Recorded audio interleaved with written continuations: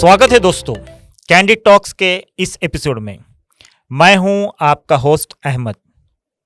दोस्तों, आज पूरे हिंदुस्तान की नज़र ईस्ट की तरफ टिकी हुई है।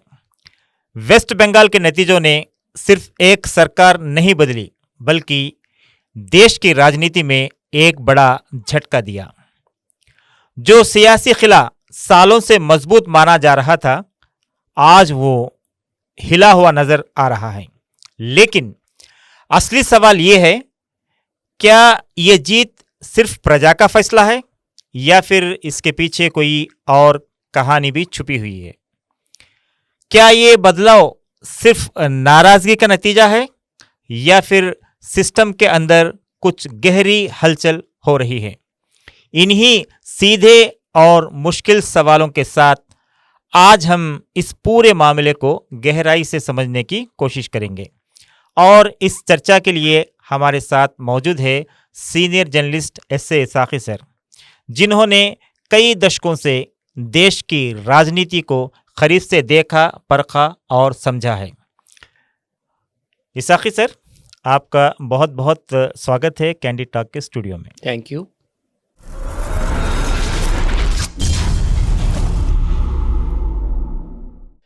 इसाकी सर, वेस्ट बंगाल की ये बीजेपी की हिस्टोरिक जीत ये कैसे रही?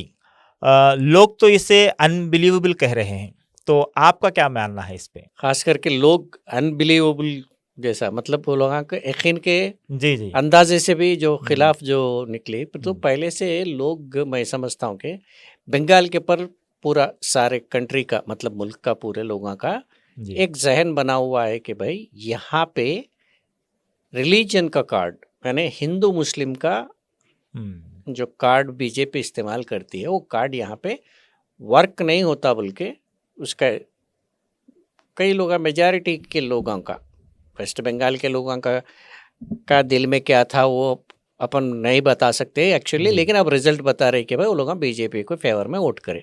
लेकिन आम आदमी जो बाहर से बैठ के जो देख रहा था, सब लोगों के जहन में ये था कि भाई जो ये हिंदू मुस्लिम का जो कार्ड, जो बीजेपी 80 बनाम 20 80:20 का जो उत्तर प्रदेश वगैरह बिहार में जहाँ पे भी ये वर्कआउट उसको कामयाब बनाते आ रही थी, वही पैतरे से जो है ये लोग यहीं पे हिंदू वोट पोलराइज करने के वास्ते जो कोशिश करेगी बीजेपी का, ये कार्ड यहाँ पे कामयाब नहीं हो सकता, क्योंकि बंगाल के पीपल जो है, बंगाल के अवाम, पढ़े लिखे अवाम का परसेंटेज ज़्यादा है। यहाँ पे जो है कैस्ट और क्रीड से लोग पर है कि पूरा सेक्युलर मेंटालिटी यहाँ के लोगों पे बहुत ज़्यादा रहता, इसीलिए जो बीजेपी जितने भी जिम्मे करी वहाँ पे ये ममता बनर्जी की खिले को तोड़ नहीं सकती, यानी दरार नहीं पहुँचा सकती, कुछ भी चोट नहीं पहुँचा सकती, ऐसा लोगों के पूरों को एक यकीन था। लेकिन जो है उसके खिलाफ में, यानी 200 सीट पार कर देना बोले तो ये कोई मामूली सी बात नहीं है। यहाँ पे सिर्फ हिंदू मुस्लिम का कार्ड से ही जीत सकी क्या बोले तो उसमें 80% ऑफ दी हाँ है मेरा जवाब, क्योंकि इसका जीता जागता सबूत है इलेक्शन के बाद में शुभेंदु अधिकारी का बयान ही है।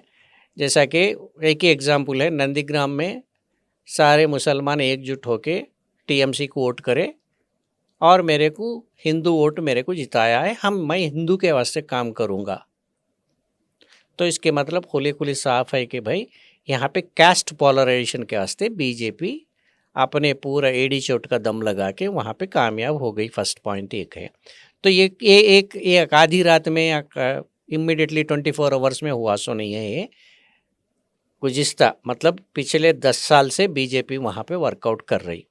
ये पहचानने में इसको ममता बनर्जी के कैडर रहने दो, पार्टी को रहने दो, तृणमूल कांग्रेस जो है पूरी तरह इसे ग्रास रूट लेवल को जाके कहाँ तक इनके रूट्स पेनेट्रेट हो रहे, मतलब कहाँ तक मजबूत बनते जा रहे, ये अंदाज़ा लगाने में फर्स्ट फेल्यूर है। दूसरी बात है एंटी इनकम्बेंसी फैक्टर तो रहता, 15 साल आप रूल कर दिए और उसके साथ में और बाद में CPM 30 साल जो रूल करी थी, वो जाने का सबब भी ये है कि भाई CPM के जब ये जो सिंडिकेट राज बना, वहाँ CPM का लोकल लीडर के इजाज़त के बगैर वहाँ परिंदा भी पर नहीं मार सके, ऐसा पोजीशन था सीपीएम के। वही पोजीशन अब तृणमूल कांग्रेस के पीरियड में भी आ गया बोल के लोगों का एक रीडिंग है। तो उसके वजह से भी जो है एंटी इनकम्बेंसी फैक्टर ये, और बाद में क्या है वो टोटल परिवर्तन लेके आने का जो नारा है ये सिंडिकेट राज के खिलाफ में बोल के, या और बाद में अमित शाह तो पहले से वहाँ पे, और ये लोगों का क्योंकि लास्ट टाइम भी अपन डिस्कस करे थे परसों 2-4 दिन पहले जो आप एपिसोड में अपनी बातचीत हुई, बंगाल जीतना सिर्फ पॉलिटिकल एडवांटेज ही नहीं, पूरे देश का भी, नॉट ओनली देश का नहीं, पार्टी को, भारतीय जनता पार्टी को पॉलिटिकली एडवांटेज एक पॉइंट है। उसके साथ साथ में उनके साथ में भारतीय जनता पार्टी से जो कॉरपोरेट जेंट्स जुड़े हुए हैं उनके मफादात के लिए भी ये 100% बंगाल जीतना ही है उनको, क्योंकि बंगाल एक बहुत बड़ी पोर्ट सिटी है और ईस्ट एशिया को कनेक्ट करती, वहाँ से जो है हर चीज़ भी समंदर के ज़रिए ट्रांसपोर्टेशन वगैरह सबका हर चीज़ के ऊपर, जो पोर्ट्स के ऊपर, ये पूरे चीज़ों पे जो है ये लोग कई दिनों से वहाँ पे काम करते आ रहे हैं। ये काम करते आ रहे हैं, सो ये सिंडिकेट के राज के खिलाफ में एक माहौल ऐसा बनाए, और उसमें हिंदू वोट्स का पोलराइजेशन का जो है उसमें जो है अंदरूनी कामयाब, जहाँ जहाँ तक उसको इग्नाइट करना बीजेपी उसमें कामयाब होगी कि एक आधी रात का फैसला नहीं है ये लोगों के जहन चेंज करने में।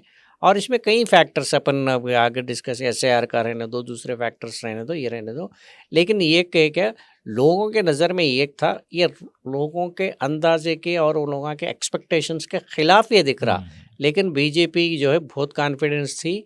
और जैसा कि अमित शाह का स्टेटमेंट 200 हम पार कर रहे, मतलब वो लोगों का रीडिंग करेक्ट था, उसमें क्या क्या फैक्टर्स थे ये सब अलग है, उसमें वो मतलब ममता बनर्जी की पार्टी के खुद के गलतियां भी जो है उसके बीजेपी के विक्ट्री में फायदे में आ गए। सर, क्या ममता बनर्जी का बंगाली आइडेंटिटी का कार्ड फेल हो गया? क्या लोग अब आइडेंटिटी से ज़्यादा गवर्नेंस को देख रहे हैं? यहाँ पे बंगाल आइडेंटिटी बोले तो बंगाल अस्मिता, मतलब बंगाल का सेल्फ रेस्पेक्ट के बारे में आप बात कर रहे हैं। बंगाल सेल्फ रेस्पेक्ट के जो है कई चीज़ों से जुड़ा हुआ रहता है ना, सिर्फ ममता बनर्जी का जो है ओन कार्ड है, ममता बनर्जी बंगाली सेल्फ रेस्पेक्ट को ये देने के वास्ते वही नारा लेके आगे बढ़ते रहे, लोग उनके साथ देते रहे। और रहा 15 साल के रूलिंग में लोगों को वहाँ क्या क्या परेशानियाँ पेश करना पड़ा और क्या क्या हुआ वहाँ पे एक, और बाद में जैसा कि वहाँ आपको याद होगा रिक्रूटमेंट स्कैम हुआ था, जॉब का करप्शन का हुआ था, संदेश कली का इंसिडेंट है, RG कार हॉस्पिटल का इंसिडेंट है, ऐसे पूरे इंसिडेंट्स में जो है ये लोग बीजेपी उसको एक्सप्लॉइट करने की कोशिश करी। और यहाँ पे जो है अब लोग मेनली और पोलराइजेशन, एंटी इनकम्बेंसी, पोलराइजेशन, इसके सामने जो है अस्मिता को, बंगाली अस्मिता को जो है सेल्फ रेस्पेक्ट को थोड़ी देर के वास्ते, मगर बीजेपी को जिताने की वजह से बंगाली सेल्फ रेस्पेक्ट चले आता बोल के तो नहीं सोचता है ना, क्योंकि आप बोले जैसा गवर्नेंस कुछ चेंज करना है, अगर लोगों के दिल में अगर वो इसी तरह का ख्याल आ गया तो वो वेव में जो है 100% रूलिंग पार्टी को, रूलिंग गवर्नमेंट के खिलाफ ही जो है वर्डिक्ट जाने के वास्ते, पब्लिक मैंडेट जाने के वास्ते कोशिश जा रही थी।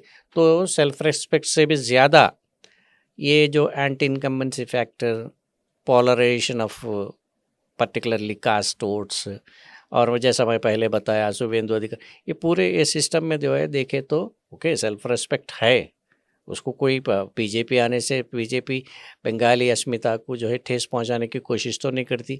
जब बात सेल्फ रेस्पेक्ट की सवाल आई तो हर बंगाली भी जो है आवाज़ उठाने की कोशिश करता। हो सकता कि अब ये एक तो तृणमूल कांग्रेस का क्लेम कर रही है हमारे वोट चोरी करके आप जो है बैठे हुए हैं बोल के, तो लेकिन ये फैक्टर्स क्योंकि 10 साल से काम कर रहे और कई लोगों को अमित शाह जो है पार्टी कैडर को, जैसा कि सुनील बंसल बोल के एक सीनियर लीडर है जो उत्तर प्रदेश में भी इलेक्शन के टाइम पे काम करवाए थे, उनको भी लेके आए और धर्मेंद्र प्रधान को, मिनिस्टर को, सेंट्रल मिनिस्टर को वहीं बैठा दिए और जहाँ जहाँ पे खामियां हैं वो पूरा वो लोग का पिन पॉइंट करते हुए कहाँ पे प्रॉब्लम है, कैसी तरह एड्रेस करना है उसको, वहाँ से कौन से लीडर को ये अपने तरफ रुझाव कर लेना है।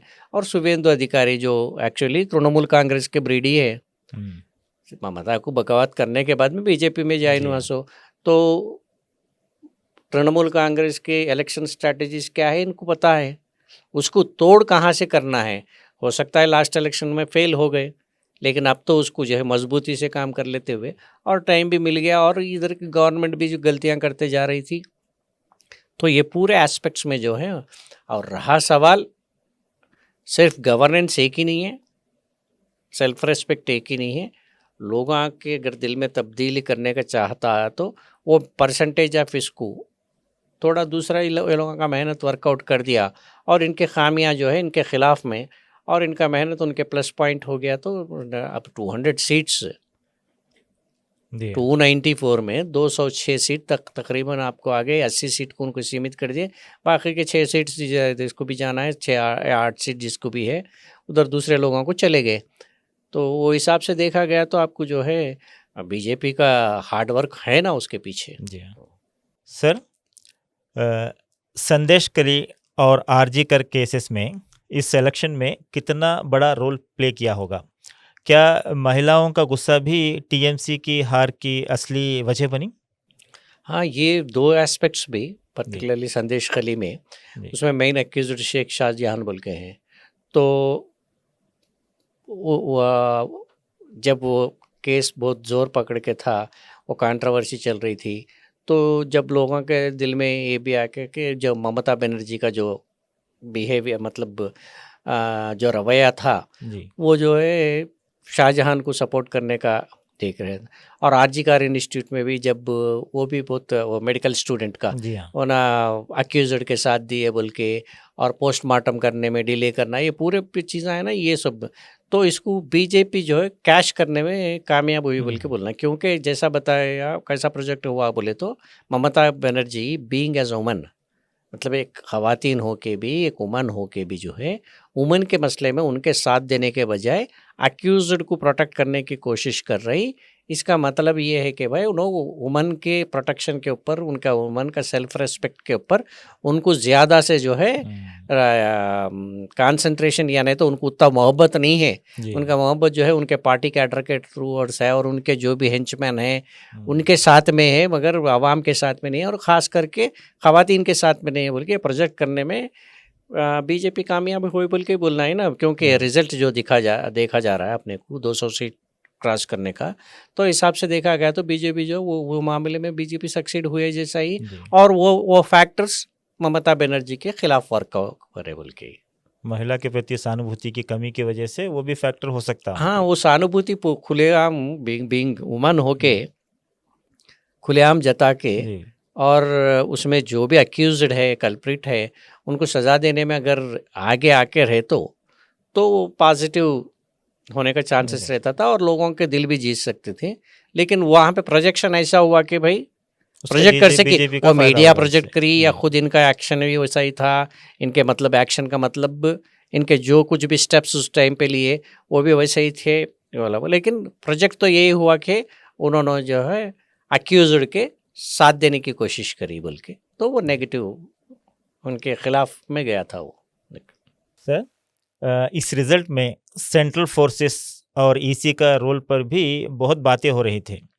क्या इतनी बड़ी डिप्लॉयमेंट ने साइलेंट वोटर्स को हिम्मत दी या फिर इंटिमिडेशन था?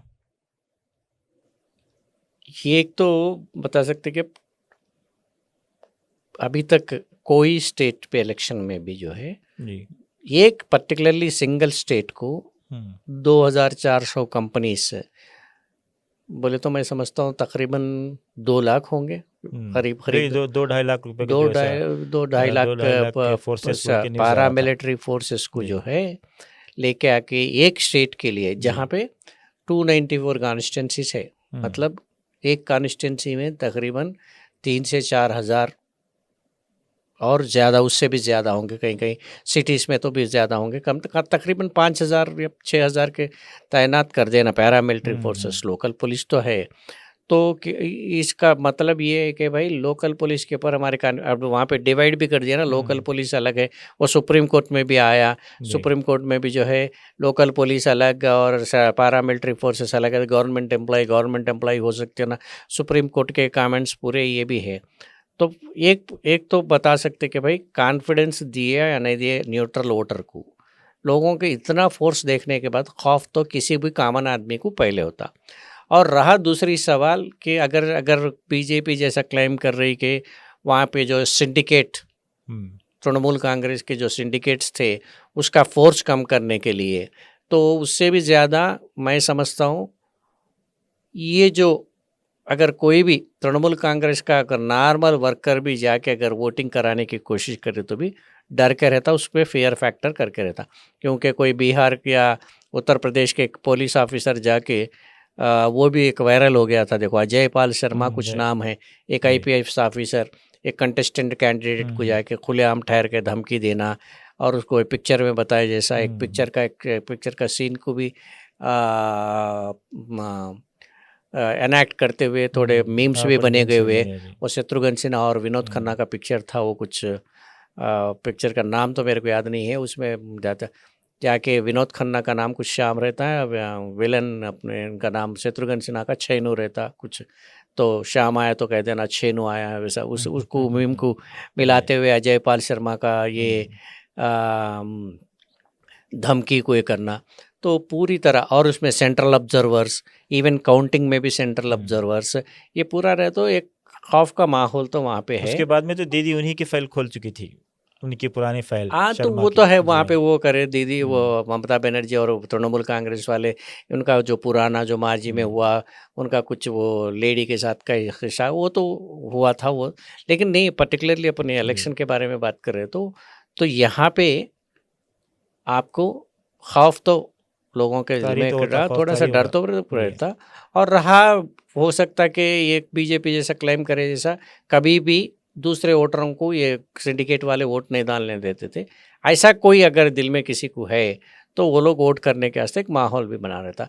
और क्लियर कट एक चीज़ तो मालूम है, जैसा मैं अमित शाह का प्रेडिक्शन, क्योंकि वो लोग intentionally central government election commission के थ्रू पैरामिलिट्री फोर्सेस को जो है वहाँ पे डिप्लॉय करी, सो ये तो क्लियर कट आपको विजिबल दिख रहा। तो उसमें और इलेक्शन होने के बाद भी, यानी स्वेरिंग इन सेरेमनी के बाद भी कई दिनों तक पैरामिलिट्री फोर्सेस यहीं रहते बोल के अनाउंस करना अमित शाह का, इसका एक क्लियर कट मतलब ये है कि भाई वो लोगों को विनिंग के ऊपर कॉन्फिडेंस था। जो वो लोग स्ट्रैटेजी बनाए उसमें उनको क्लियर कट ये मालूम था कि ये होने वाला है। अगर इलेक्शन उनके तृणमूल कांग्रेस के खिलाफ में आए तो थोड़ा बहुत दंगा फसाद भी वहाँ पे होने के चांसेस है, वायलेंस होने का।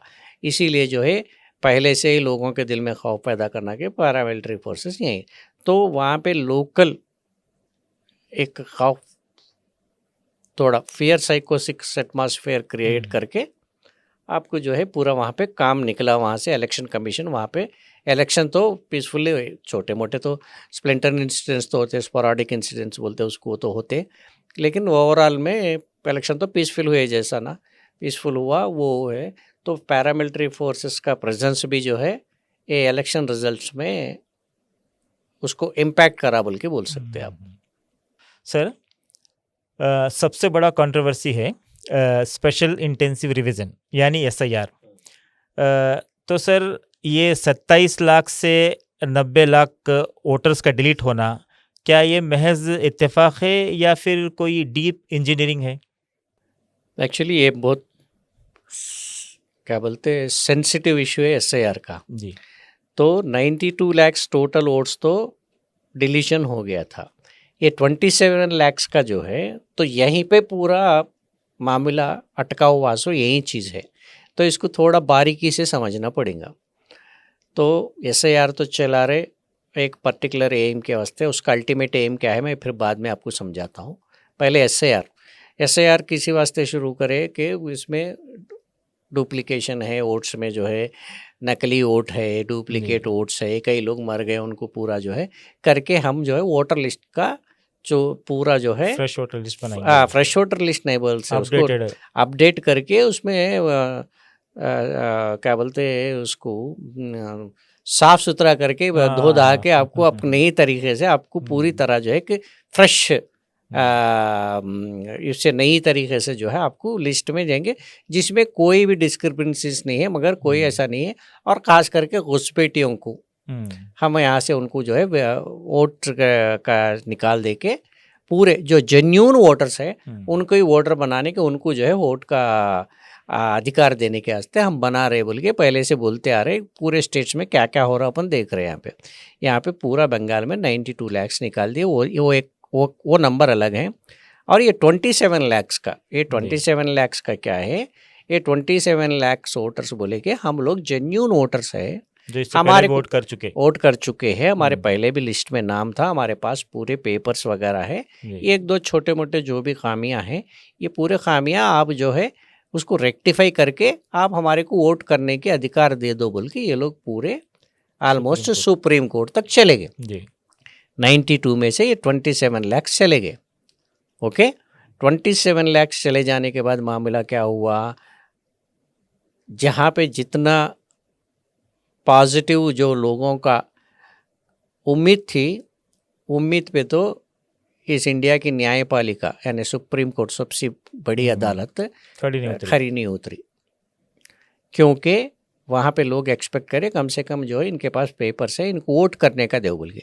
लेकिन उसके बजाय सुप्रीम कोर्ट्स की आवाज़ ये निकली कि भाई अब नहीं, ये तो नहीं हुआ, नेक्स्ट इलेक्शन में इनको जाओ। और अब उसके बाद में ट्रिब्यूनल कायम करके ट्रिब्यूनल के थ्रू इसको रेक्टिफाई कराने का वास्ते, मतलब इसको ये लोगों की आवाज़ सुनो बोल के ट्रिब्यूनल भी कायम।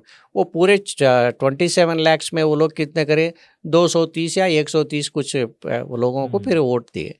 यहाँ पे 27 लाख पे ही असल पूरा गेम है। यहाँ पे ये गेम क्या है बोले तो आप नया इलेक्शन कमीशन कल रात 8 बजे के बाद में जो इलेक्शन का पूरे रिजल्ट्स निकाली थी, तो उसमें 40.85% वोट शेयर जो है तृणमूल कांग्रेस को मिला।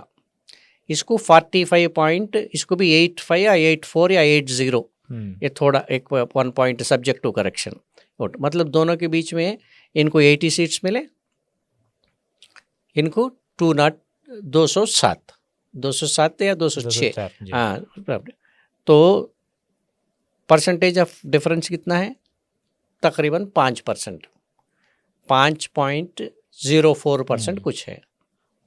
ये 27 लाख वोटर का परसेंटेज कितना होता, 4.6 है।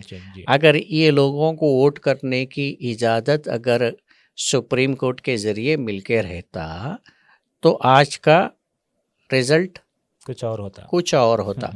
हो सकता कि तृणमूल कांग्रेस बीजेपी गवर्नमेंट कायम कर सकती थी, मगर 200 चेंज पे नहीं, नियरेस्ट मेजॉरिटी वहाँ पे होना कितना है, 148 होना है। तो 148 बोले तो 150 160 में वो गवर्नमेंट कायम कर सकती थी, या नहीं तो तृणमूल कांग्रेस गवर्नमेंट कायम कर सकती थी। इतना बड़ा डिस्क्रिपेंसी नहीं होता था। और ये 27 लाख में ज़्यादातर कौन है, माइनॉरिटीज़ हैं।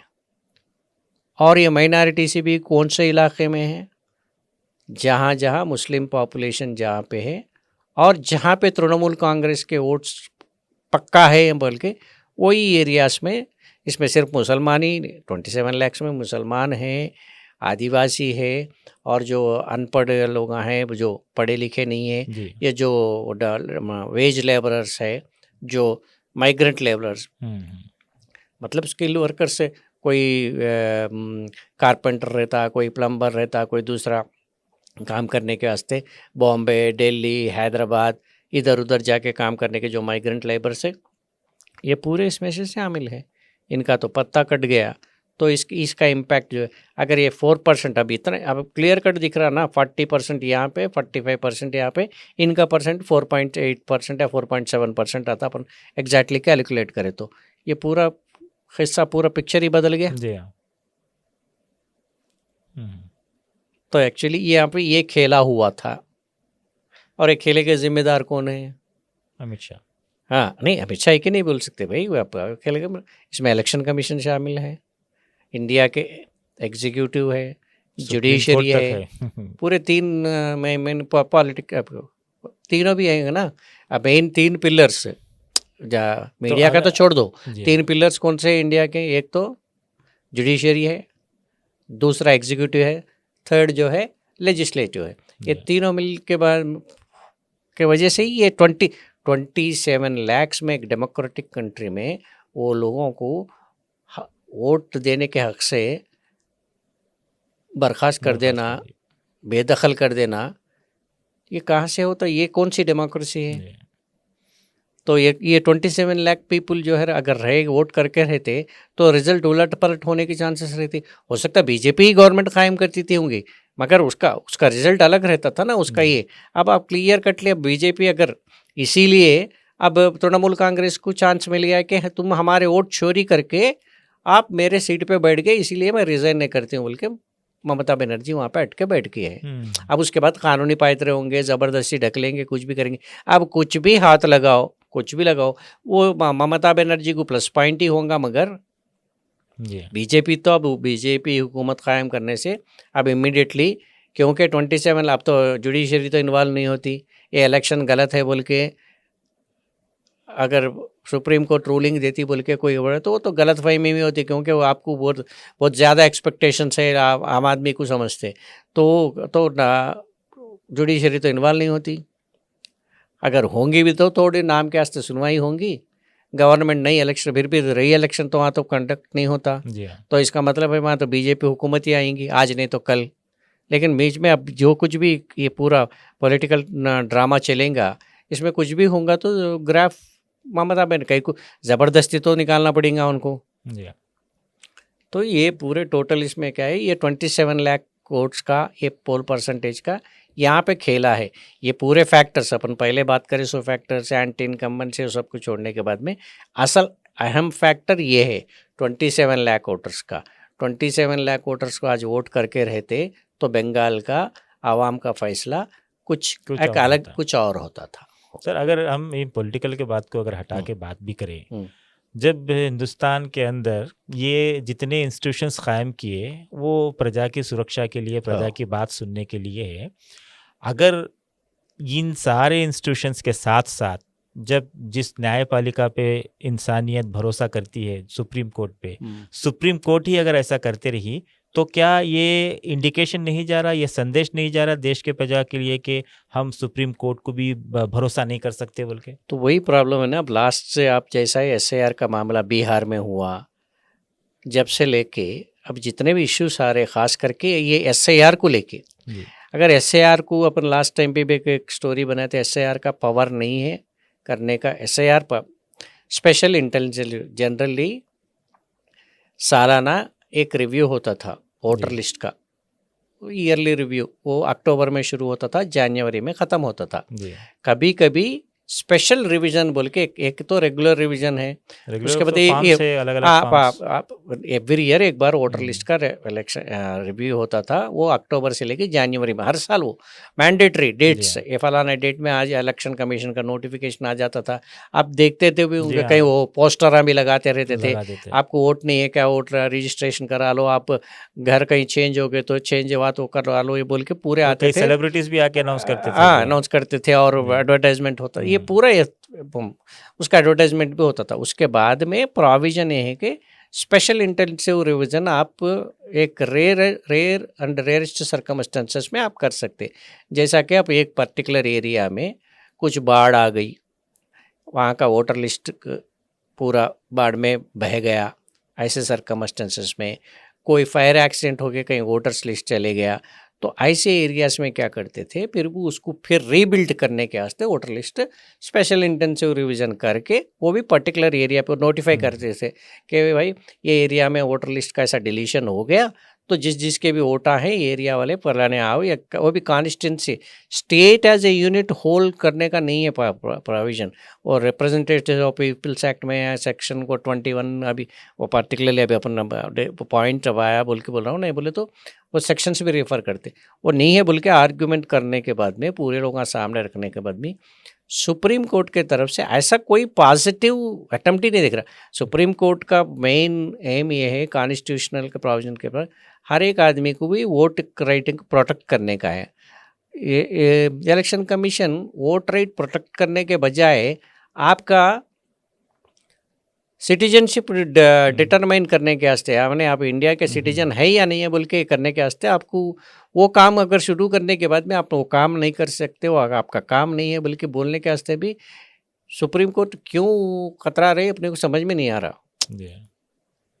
तो वो एक है। दूसरी बात है अब ये पूरे SAR से एक माहौल ऐसा पैदा हो गया, तो लोग कई कई गांवों से भी फिर वापस जाके वहाँ पे पोल परसेंटेज बढ़ने का रीज़न भी SAR का एक रीज़न इस वास्ते ये है कि आप अगर वोट में वोट नहीं करे आपने, तो आपको वोटर लिस्ट में आपका नाम नहीं है, तो आपके पूरे जो है स्कीम्स आपको नहीं पहुंचते। जी हाँ। तो आप भयभीत कर दी पब्लिक को। आपका ज़मीन भी नहीं, आपका नाम पे ज़मीन भी नहीं रख सकते, आपका घर कोई लूट लेगा, ये सब ये पूरा आ गया। तो ये पूरा डर का जो माहौल हुआ था, तो लोग वापस जाके ये आपको वोटिंग परसेंटेज बढ़ने में करे।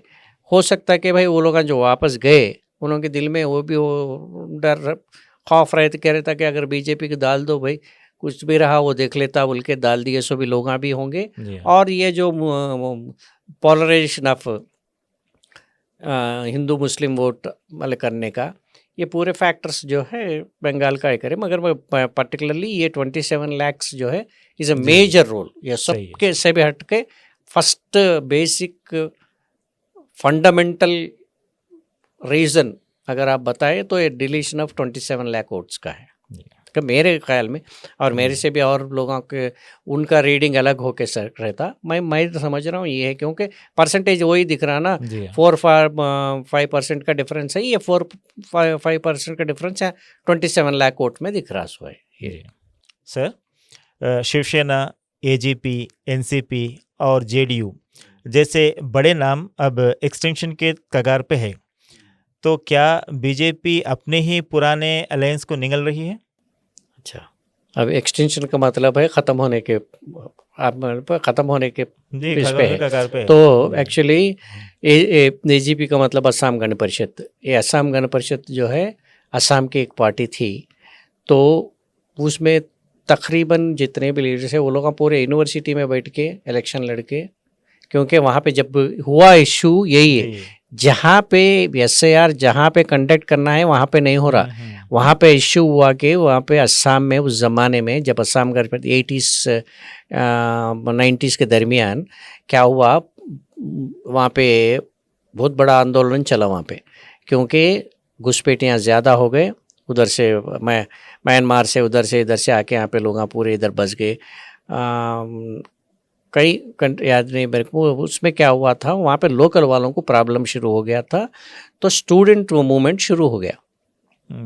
तो पूरे स्टूडेंट शामिल होके उसमें जो है पे करने के बाद में लोग स्टूडेंट के साथ में जो फर्स्ट असम गण परिषद जो है प्रफुल्ल कुमार महंता था, तो ये लोग जीत के वहाँ पे ये करें। तो उसके बाद में असम गण परिषद को क्या है, बाद में भारतीय जनता पार्टी अपनी पार्टनर बना ली। अब वो किधर है नहीं मालूम। ओके। और उसी तरह जो है आप क्या बोला, शिवसेना को तो 2 टुकड़े कर दी। एक तो उद्धव ठाकरे का ग्रुप हो गया और एक है शिंदे का, ओके, एकनाथ शिंदे का। और national Congress party NCP Sharad Pawar की, उसको 2 चाचा भतीजा को अलग कर दिए।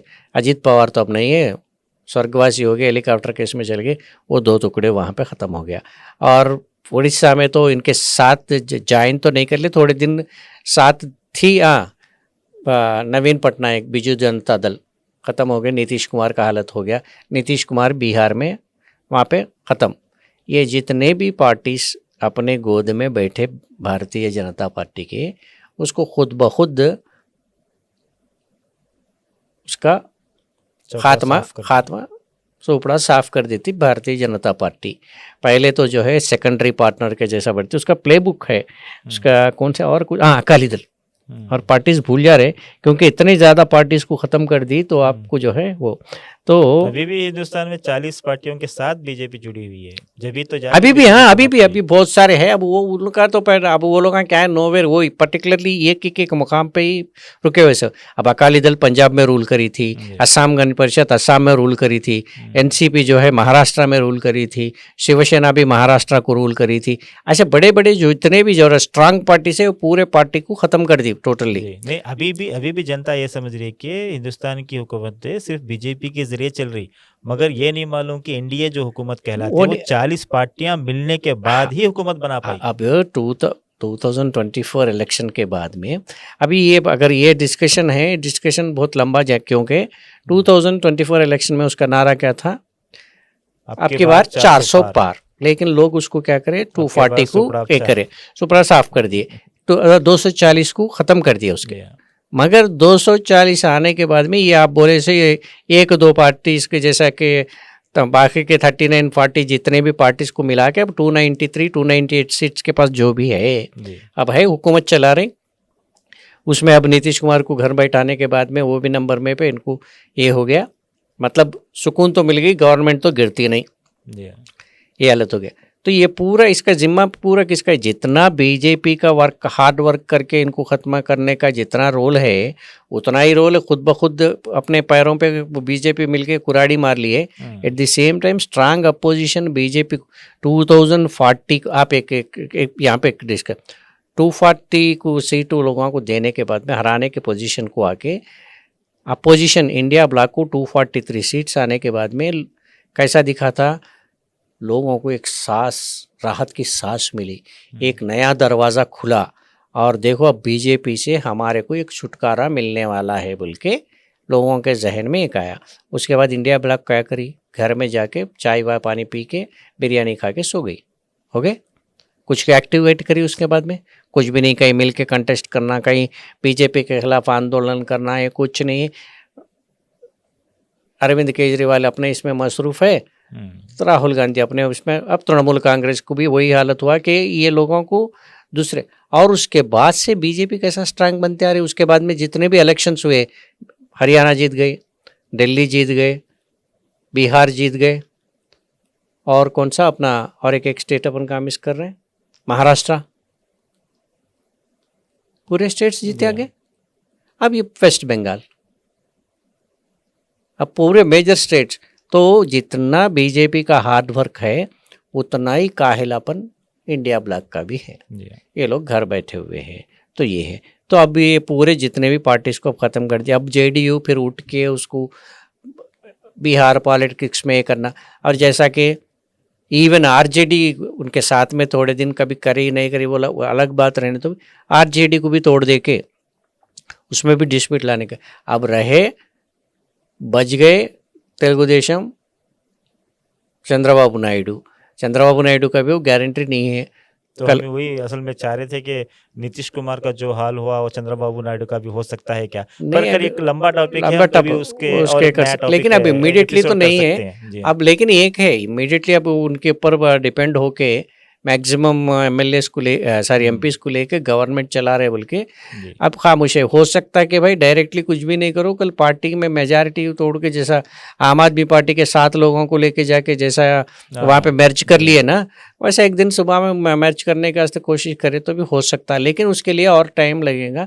लेकिन अब फर्स्ट इमीडिएट वो लोगों का टारगेट ये है, बीजेपी के 2 टारगेट्स पहले के, एक तो बंगाल में मेन टारगेट है वो लोगों को होना था पूरा ऑलमोस्ट उधर का बेल्ट, बोले तो राजस्थान, गुजरात, पंजाब में तो अभी फिलहाल पार्टी है, हरियाणा आ गया, उत्तर प्रदेश, बिहार, अब वेस्ट बंगाल तक तो पूरे पहुंच गए, जो मेजर जहाँ पे major chunk of city MP seats है। उत्तर प्रदेश में 80 है, बिहार में 40 करीब, महाराष्ट्र में, और यहाँ पे 42, ये सब मिला के नंबर पूरा ज़बरदस्त नंबर मिला। नंबर गेम तो अब हाथ में आ गया कल इलेक्शन में भी। और इमीडिएट नेक्स्ट टारगेट कौन सा है अब 2027 में, first party Samajwadi party, Bahujan Samaj party तो उत्तर प्रदेश अपने आप ख़त्म हो गई, वहाँ पे बीएसपी, यहाँ पे बचा समाजवादी पार्टी। अब यहाँ पे समाजवादी पार्टी को किसी तरह 2027 में नोवेयर करना है।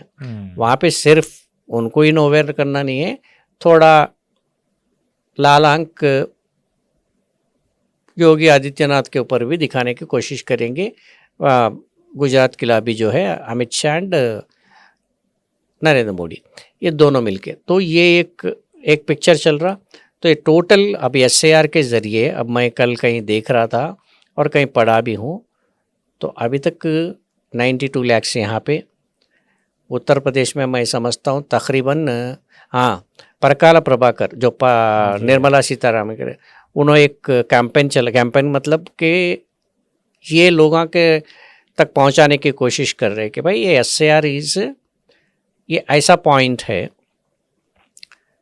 कि इसके पीछे एक बहुत बड़ा मंशा है भारतीय जनता पार्टी का। उसका क्या है वो आगे अपन डिस्कस करेंगे। आप दूसरी सवाल पे जाइए, अपन उसके साथ में क्लोज करेंगे उसको। सर, आम आदमी पार्टी और अकाली दल का भी हाल बहुत बुरा है। क्या हम इंडिया में रीजनल पार्टीज का एंड कार्ड देख रहे हैं या फिर ये सिर्फ एक साइकिल है? नहीं, अकाली दल तो ऑलमोस्ट ख़त्म ही हो गया।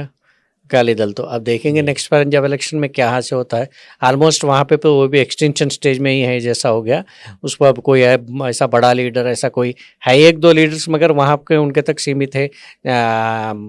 तो आम आदमी पार्टी का जो है अब राज्यसभा के MP इसमें तो पूरा लेके चले गए वहाँ पे। अब रहा सवाल उनका पार्टी के जो MLAs वगैरह बचे हुए, उसको आइंदा चल के बीजेपी क्या गेम प्ले करने वाली है। एक तो है रीजनल बीजेपी का मकसद एक ही दिख रहा, मैं जैसा इसको पूरे SAR को भी लिंक करेंगे। बीजेपी का टोटल ओवरऑल प्लान ऐसा दिख रहा कि SAR के ज़रिए आप उत्तर प्रदेश में तकरीबन 3 से 4 करोड़ का वोट निकाल दिए वहाँ पे, और वेस्ट बंगाल में 92 लाख तकरीबन 1 करोड़ समझो आप। तो टोटल जैसा कि अब ये मैं जैसा बता परकाला प्रभाकर जैसे पूरे इंटेलेक्चुअल्स का कहना ये है कि SAR के ज़रिए अभी हर एक स्टेट में SAR हो रहा ना, तो अब तेलंगाना में भी कंटिन्यू अब चल रहा। तो पूरा टोटल उनका ओवरऑल एस्पेक्ट है 16 करोड़ वोटर्स को बाहर कर देना। इसके ये 16 करोड़ में मुसलमानों का परसेंट ऑटोमेटिकली ज़्यादा रहता 1। उसके बाद में आदिवासी, SC ST में थोड़े एरियाज़ में SC STs, और ये मतलब इलिटरेट्स अनपढ़ जो भी है, जो पढ़ाई से महरूम हो गए, मतलब उनको चांस ही नहीं है पढ़ने का, गरीबी की वजह से पढ़ नहीं सके, ऐसे लोगों को पूरों को जो है वोटर लिस्ट से एलिमिनेट कर देना। वोटर लिस्ट एलिमिनेट कर देने के बाद में आपको क्या सिचुएशन होता है इंडिया में, 2 तरह के सिटीजन्स जब आ जाते हैं। एक वोट राइट्स वाला citizen first grade, secondary citizen जिसको वोट राइट नहीं है। तो मतलब कि आप अंदाज़ा लगाओ, ये भी लोग एग्जाम्पल बता रहे, आपके बस्ती में आधा पार्ट के लोगों को वोट है, आधे पार्ट के लोगों को वोट नहीं है। तो ये जो वोटिंग पैटर्न है, वहाँ तक MLA आता, वहाँ तक बस्ती लीडर आता, वहाँ तक कारपोरेटर आ रहा, उससे आगे जाके कोई बातचीत ही नहीं करेंगा क्योंकि उनकी ज़रूरत ही नहीं है। तो मतलब आप अपने ही घर में, अपने ही इलाके में आप एक सेकेंडरी सिटीजन बन जाएंगे, नेग्लेक्टेड बन जाएंगे। तो आप ऐसा मजबूर हो जाते कि भाई आपका ज़्यादा क्वेश्चन करें तो क्या करेंगे, आपको कोई राइट नहीं है, आप कुछ भी नहीं कर सकते। इस तरह का माहौल जो है इंडिया में क्रिएट होने वाला है। तो वो लोग इंटेलेक्चुअल्स पूरे ये कर रहे। मेरा भी वही कहना है कि भाई नौजवानों जो है, यंगस्टर्स, यंगर जनरेशन्स जो है, जैसा कि अब तमिलनाडु में सिर्फ ना बिना कास्ट के, कोई कास्ट का इस्तेमाल नहीं करा, वो जो तमिल एक्टर है जो ओवरनाइट चीफ मिनिस्टर बन जा रहा, वो कोई कास्ट का कार्ड यूज़ नहीं करा, कुछ भी यूज़ नहीं करा, सिर्फ यंगस्टर्स को अवेयरनेस क्रिएट करा। वो एक दिन का रात का मेहनत नहीं है, उसका बहुत बड़ा लंबा है। वो आप कभी दूसरे और एक एपिसोड में बात करेंगे। तो उसका एक काल को जिस तरह से वो लोग वहाँ पे कोई खून खराबा नहीं, कुछ भी नहीं, वोट के ज़रिए चेंज करके ये कर दिए। तो अब नौजवान भी जो है अगर सतर्क हो गए तो आप भी सेकेंडरी ग्रेड के सिटीजन नहीं बनेंगे, पूरा मुल्क इकट्ठा रहने की कोशिश होती। नहीं बोले तो इंडिया में जो है आइंदा चल के 2029 इलेक्शन तक 2 कैटेगरी के सिटीजन्स इंडिया में हो जाएंगे। दूसरे वालों को सिटीजन बोलेंगे या नहीं बोलेंगे, वो भी सवाल पैदा होता। जो काम एनआरसी के ज़रिए जो करना चाह रही थी, अब ऑटोमेटिकली एसआईआर के ज़रिए कर दे रही। अभी भी जो है नौजवान जो जिससे मुतासिर हो रहे, वो लोग अगर सतर्क नहीं हुए तो आगे जाके बहुत बड़ा म्यूज़िक फेस करना पड़ेगा। आपने इतनी साफगोई और गहराई के साथ इस पूरे मामले को समझाया, आपका बहुत बहुत धन्यवाद। आपका भी बहुत बहुत शुक्रिया हमें यहाँ बुलाने के लिए और हमारे दिल की बात आपके व्यूअर के सामने रखने के लिए। आपका भी बहुत बहुत शुक्रिया। दोस्तों, बंगाल के इस नतीजे ने सिर्फ एक सरकार का फैसला नहीं किया, बल्कि देश की राजनीति के रुख पर भी एक बड़ा सवाल खड़ा कर दिया है। आज जो कुछ हुआ है उसका असर आने वाले सालों तक महसूस किया जाएगा। ये सिर्फ एक इलेक्शन नहीं था, ये एक सिग्नल है, और अब देखना यह है कि इस सिग्नल को कौन कैसे समझता है। तो दोस्तों, अब आपका फैसला। क्या आपको लगता है कि बंगाल के ये नतीजे वाकई पब्लिक की आवाज़ है, या फिर कहानी कुछ और बता रही है जो सामने नहीं आ रही है? अपनी सोच ज़रूर लिखिए, क्योंकि आज की खामोशी कल की सियासत तय करती है। और अगर आप चाहते हैं कि ऐसे ही गहरे और सीधे मुद्दों पर बिना किसी शोर के सीधे बातचीत हो, तो कैंडिड टॉक्स के साथ जुड़े रहिए। मैं हूं आपका होस्ट अहमद। मिलते हैं जल्द ही एक नए सवाल के साथ। तब तक सवाल पूछते रहिए।